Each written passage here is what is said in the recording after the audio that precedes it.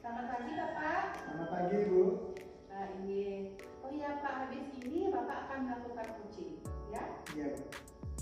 Baik, sebelum proses coaching itu terlaksana, ada beberapa hal yang ingin saya bicarakan dulu, boleh Bapak? Iya, silakan Ibu. Nanti pada saat coaching antara coach dan coachee akan saya amati dan juga saya nilai sesuai dengan rubrik penilaian coaching. Seperti apakah sudah sesuai dengan rubrik kita, apa belum, kemudian apakah Bapak sudah memberikan pertanyaan-pertanyaan yang berbobot sesuai dengan kunci yang disampaikan oleh si coachee, dan nanti saya juga akan mendengarkan respon atau jawaban dari coachee. Apakah sudah sesuai dengan pertanyaan yang Bapak sampaikan, dan saya tidak lupa juga harus disesuaikan dengan prinsip coaching, diantaranya kemitraan, proses kreatif, dan juga memaksimalkan potensi. Mungkin sebelum proses presentasi ini ada beberapa pertanyaan yang juga ingin saya tanyakan. Boleh Bapak? Iya, boleh, silakan Ibu. Yang pertama, kompetensi apa yang ingin Bapak kembangkan dalam proses coaching hari ini? Di sini kompetensi yang ingin saya kembangkan yaitu kompetensi di coaching Ibu, yaitu diantaranya ada mendengarkan aktif, kemudian ada listen atau baca penuh, dan juga mengajukan pertanyaan berbobot kepada coaching. Baik, jadi Bapak ingin mengembangkan 3 kompetensi ya Pak ya? Di antara ketiga kompetensi tersebut, mana yang lebih spesifik yang Bapak kembangkan atau Bapak lakukan nanti saat presentasi Bapak?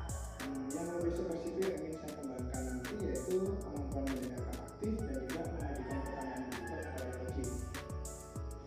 Oke, baik, ada 2 yang Bapak akan kembangkan. Nah, kira-kira indikator ketercapaiannya seperti apa Bapak? Indikatornya nanti yaitu ketika saya nanti bisa mengarahkan coaching untuk menemukan solusi dari permasalahan sendiri, dan juga mengarahkan coaching untuk menemukan atau membuat rencana atau apa yang akan dilakukannya ke depan itu. Baiklah, jadi indikator ketercapaiannya ketika coaching dapat solusi permasalahannya dan dapat menemukan sendiri solusi dari permasalahan tersebut. Begitu Bapak Gini? Gitu.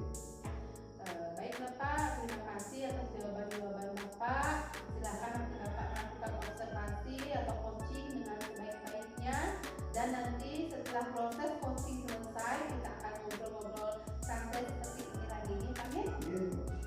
Terima kasih Terima Bapak. kasih Bu. Selamat pagi Pak Lurah. Pagi Pak Ari. Dengar-dengar ada yang ingin disampaikan atau diceritakan nih Pak? Iya Pak Ari, di sini saya ingin ada yang saya ingin sampaikan Pak Ari. Kira-kira apa yang ingin disampaikan Pak? Ini Pak, akhir-akhir ini saya merasa murid-murid di kelas saya kurang antusias dalam mengikuti pembelajaran Pak. Selain itu jumlah murid yang mengerjakan tugas atau mengumpul tugas hanya 50% Pak. Jadi di sini menurut Bapak nih, murid-muridnya itu kurang antusias ya Pak dalam pembelajaran, dan juga dalam mengerjakan tugas hanya sekitar 50%, bukan gitu Pak? Ya betul Pak. Kira-kira nih Pak, dari percakapan kita hari ini, apa yang ingin Bapak dapatkan?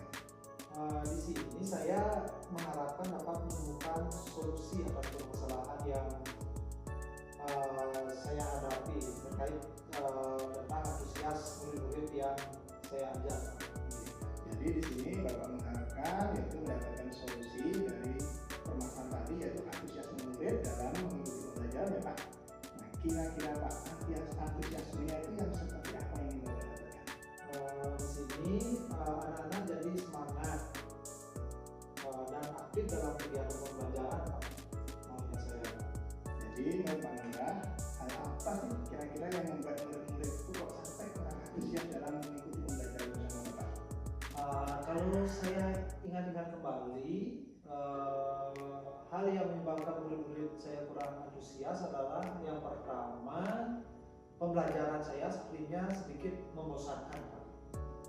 Terlalu menonton, dan saya terlalu dominan untuk berbicara, bercerita di depan murid-murid saya.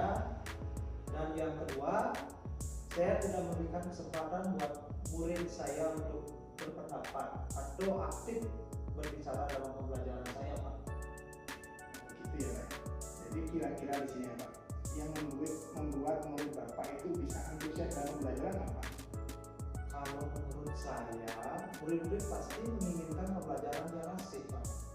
Tidak menonton dan tidak membosankan. Lalu menurut pendapat Bapak ya, apa saja yang bisa membuat murid-murid itu merasa asik gitu Pak dalam pembelajaran, tidak bosan kayak gitu? Kalau menurut saya, pembelajaran yang harusnya terpusat pada murid, Pak. Dan murid diminta untuk aktif dalam pembelajaran, kemudian adanya ide atau ice breaking ataupun game supaya pembelajaran lebih menarik, Pak. Lalu nih Pak ya, kalau mengenai tugas tadi Pak, yang katanya tadi sekitar 50% yang diberikan ya Pak ya, itu mengenai hal itu yang diberikan kepada murid-murid, apa penyebabnya Pak sehingga murid itu kok kurang antusias dalam mengerjakan tugas?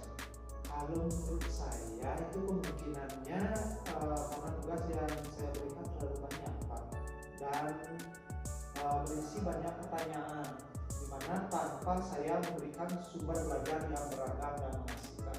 Begitu ya Pak ya. Kalau boleh tahu Pak, Bapak menggunakan sumber belajar apa saja nih Pak? Biasanya saya menggunakan sumber belajar itu berupa buku teks dan bacaan yang dari perpustakaan aja. Adakah sumber belajar lain selain buku teks itu Pak? Kalau saya pikir banyak seharusnya Pak ya, sumber belajar seperti misalnya YouTube, artikel di blog, atau tulisan ilmiah di internet. Atau bisa juga kita menggunakan aplikasi yang sedang tren ya Pak, seperti TikTok ataupun IG, Pak. Baik Pak. Jadi di sini menurut Bapak ya, sekarang apa rencana Bapak untuk menyelesaikan permasalahan ini? Untuk menyelesaikan permasalahan ini, mungkin yang pertama saya akan merancang pembelajaran yang mengasihkan dengan menggunakan sumber belajar yang beragam seperti YouTube, TikTok, ataupun sumber-sumber belajar yang ada di internet. Kemudian yang kedua, saya akan memberikan tugas kepada anak yang tidak terlalu banyak. Kemudian bentuk tugas yang juga sesuai dengan minat dan bakat murid-murid saya, Pak. Istilahnya saya akan melaksanakan pembelajaran berdiferensiasi sehingga murid tidak terkesan dipaksa, tetapi mereka memang senang mengerjakan tugasnya. Misal menggunakan bentuk drama, lagu, puisi, pantun, laporan digital, itu bisa. Nah, keren sekali Bapak rencananya. Dari semua ini Pak rencana yang Bapak sampaikan tadi, kira-kira kemudian apa komitmen Bapak terhadap rencana ini? Mungkin saya akan berkomitmen selalu membuat rencana pembelajaran yang mengasihkan, Pak. Menggunakan banyak sumber belajar yang saya eksplorasi dari materi sehingga murid-murid saya dapat menjalankan merdeka belajar.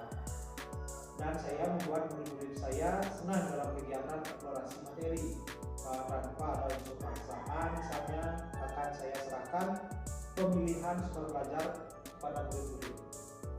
Berarti di sini tadi Bapak akan melakukan pembelajaran yang berdiferensiasi dan dengan panjang pembelajaran mengasihkan dan memanfaatkan berbagai sumber belajar serta memberikan tugas itu sesuai dengan minat dan bakat anak. Itu kan Pak? Ya, benar Pak. Nah, dari hal tersebut nih Pak, untuk saat ini yang menurut Bapak itu nyaman sekali untuk segera diterapkan itu gimana Pak? Misalnya yang nyaman itu sepertinya mulai merancang pembelajaran yang mengasihkan dan memanfaatkan berbagai sumber belajar ya. Baik Pak, di sini Bapak akan merancang pembelajaran mengasihkan dan memanfaatkan berbagai sumber belajar ya Pak. Dalam hal ini, kira-kira Bapak itu memerlukan bantuan dari rekan yang lain atau bagaimana Pak? Ada Pak. Mungkin nanti saya akan minta bantuan ke rekan guru di sekolah saya yang ahli di bidang IT seperti Pak Nyoman Subawo, dia yang ahli dalam bidang IT. Baik Pak, jadi Pak Lurah di sini akan merancang kegiatan ini dengan cara berkolaborasi ya Pak. Ya. Kira-kira Pak, kapan mau dilakukan kegiatan ini Pak? Secepatnya ya, mungkin minggu depan akan saya lakukan. Saya akan berkoordinasi dulu dengan Pak Nyoman Subawo untuk merancang pembelajaran yang mengasihkan dan memanfaatkan berbagai sumber belajar. Baik Pak, kira-kira Pak,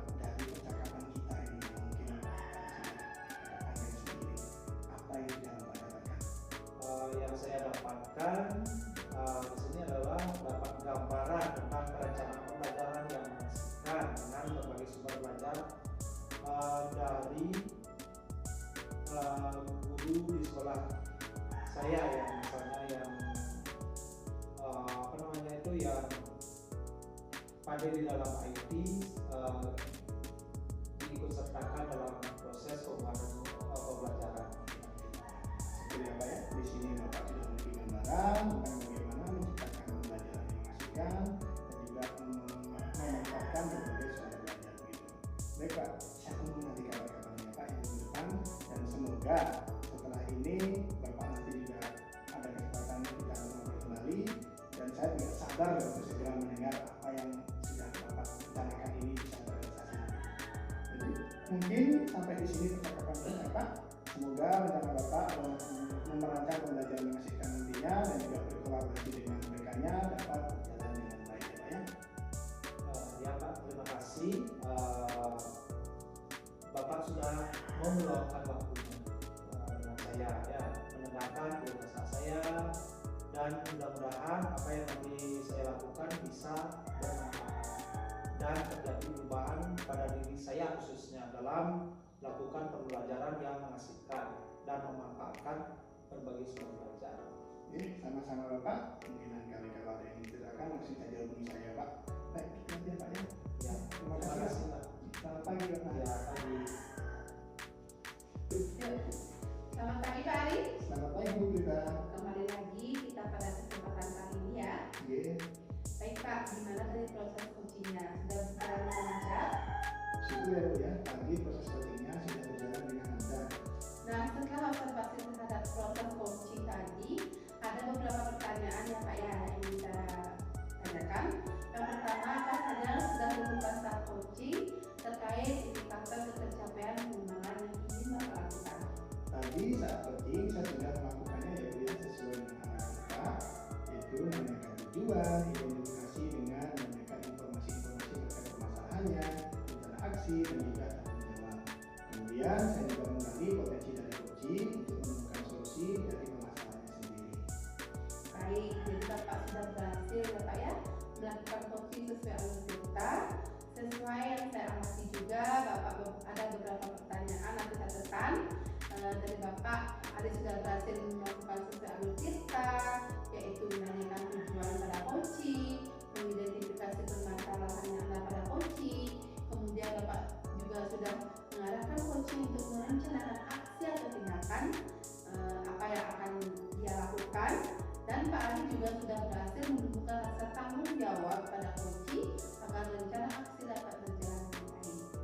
Oke, tadi saya juga sudah mendengar percakapan Bapak dengan coaching. Bapak sudah fokus terhadap coaching, artinya di situ Bapak sudah ada present atau kehadiran penuh, dan Bapak sudah mendengarkan aktif. Tentunya Bapak tadi sudah mengajukan pertanyaan-pertanyaan yang berbobot sesuai dengan kata kunci yang disampaikan oleh coaching. Baik, selanjutnya untuk kedepannya kompetensi apa lagi yang ingin Bapak kembangkan berdasarkan hasil melakukan coaching hari ini? Berdasarkan coaching hari ini, mungkin kompetensi yang ingin saya kembangkan lagi yaitu mengenai mengajukan pertanyaan berbobot ya Bu ya. Karena dengan pertanyaan berbobot sesuai dengan kata kunci yang disampaikan oleh coaching dapat saya gunakan untuk menggali informasi lagi secara mendalam dan dapat mengarahkan coaching untuk menemukan solusi atas permasalahannya. Baik, luar biasa sekali ya Pak ya. Padahal tadi sudah menerangkan cerita dengan baik, tapi ini masih ada keinginan untuk lebih menggali lagi. Semoga ada kedepannya lebih optimal lagi Pak ya penerapannya. Kemudian baik Bapak, terima kasih sudah melakukan sesi tanya jawab ini, sudah melakukan coaching dengan alur kita. Saya mengakhiri sampai di sini saja. Terima kasih atas kesempatannya dan sampai jumpa di lain kesempatan. Selamat pagi Bapak. Pagi.